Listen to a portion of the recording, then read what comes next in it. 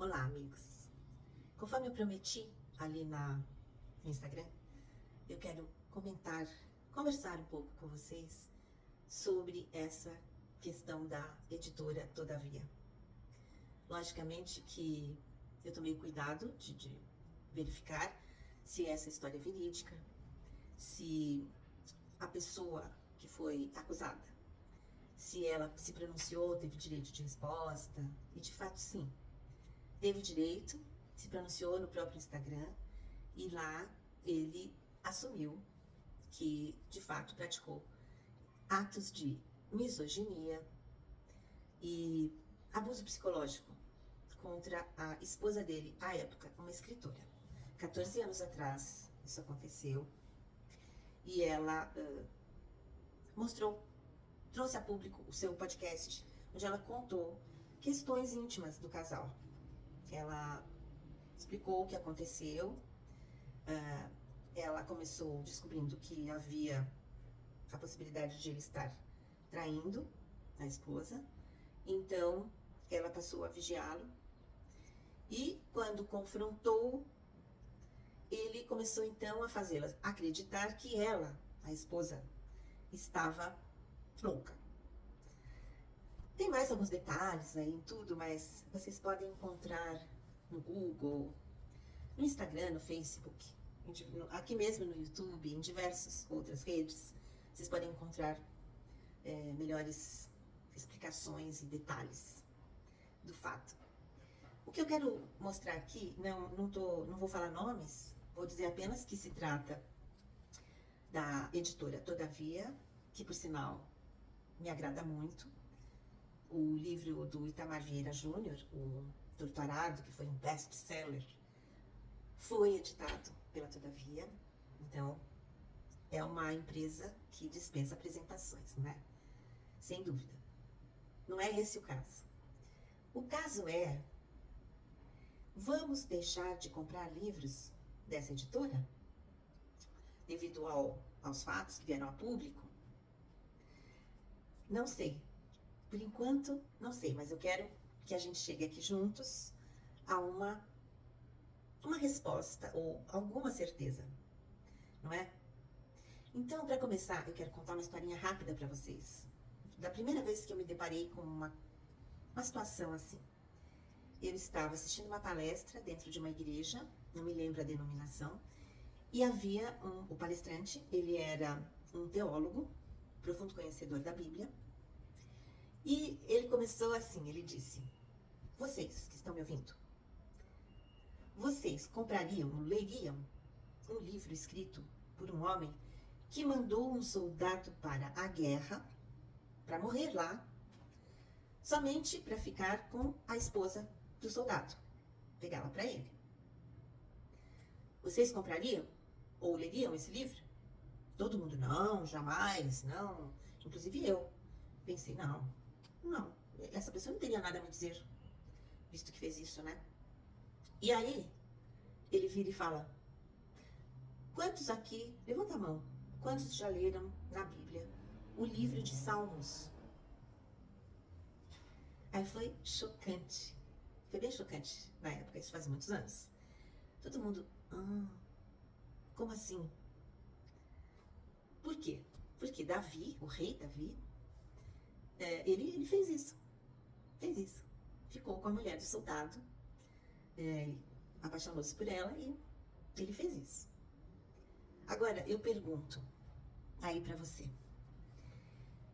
Você acha que por este motivo o livro de Salmos da Bíblia teria que ser cancelado? Vamos dizer assim. Por quê? Claro, eu como cristã que sou, eu tenho aqui a minha opinião. Eu acredito que Davi escreveu os Salmos, mas por quê? Porque ele foi inspirado pelo ser divino, vamos dizer assim. Então, aquilo que ele escreveu não veio do coração dele, veio do alto. Então, para mim, não importa a vida pessoal dele. Mas, aqui, na nossa vida aqui, no nosso meio editorial, a minha voz aqui é uma voz simples, porque eu sou uma escritora que começou há pouco tempo, como vocês já viram aí no meu vídeo de apresentação. Então, a verdade é essa. Eu não me sinto capaz de julgar. Mas eu fico pensando e relembrando outras situações. Por exemplo, Michael Jackson. Houve indícios, à época, de envolvimento dele em questões de pedofilia. Nós deixamos de ouvir suas músicas? A gente deixou de ouvir e dançar o Thriller? Não, não é mesmo? Eu poderia citar vários aqui, várias pessoas famosas, artistas, cineastas, atores.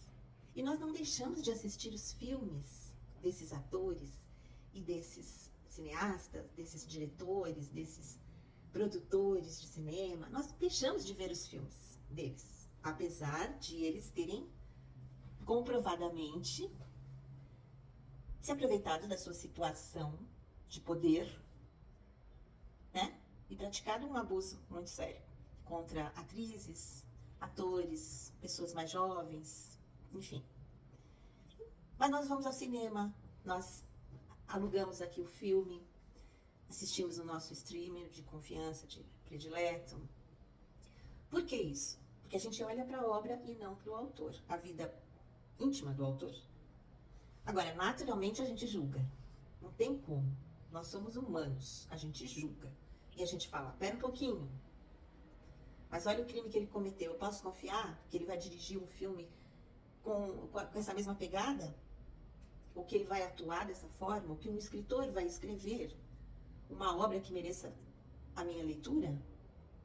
Então, eu não tenho nenhuma cola aqui, nenhum prompt, eu não estou lendo. Então, me perdoem, mas eu estou falando conforme as coisas vêm à minha cabeça. Mas para não me alongar muito, embora eu esteja aqui num espaço onde eu posso me alongar, eu quero dizer isso para vocês.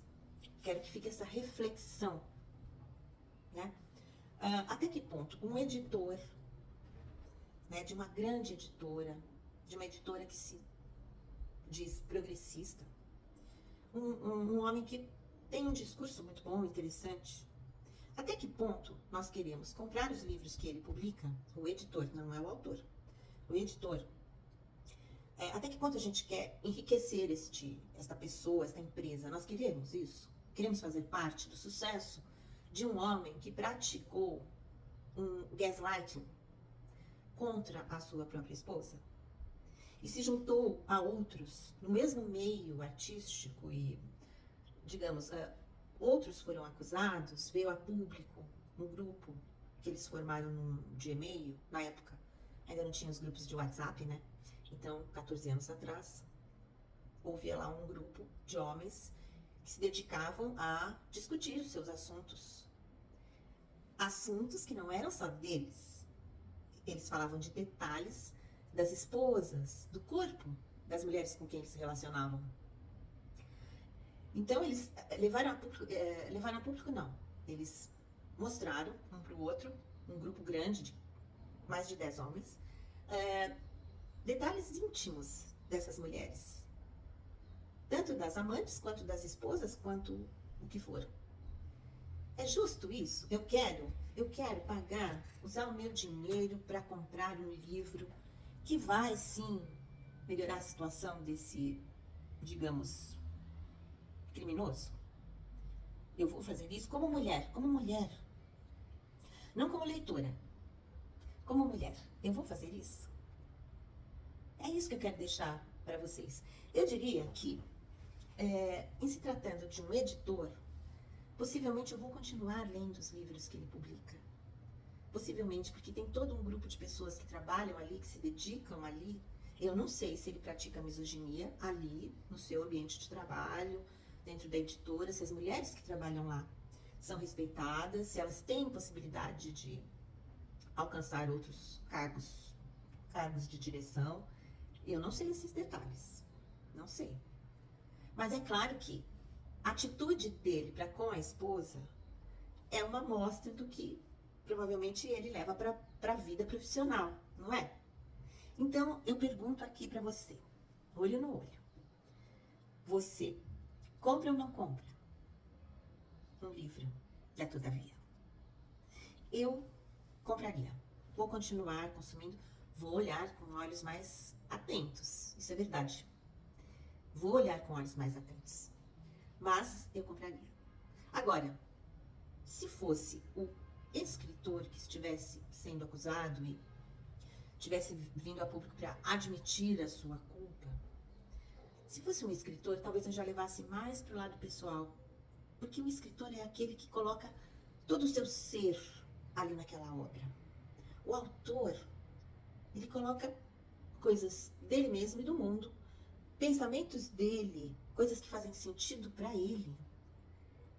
Ele coloca na sua obra, ele coloca na sua crônica, no seu livro, na sua ficção. Tudo isso que a gente vive e que povoa a nossa mente vai direto para aquilo que a gente está escrevendo. Portanto, com relação ao autor, eu ficaria muito de pé atrás.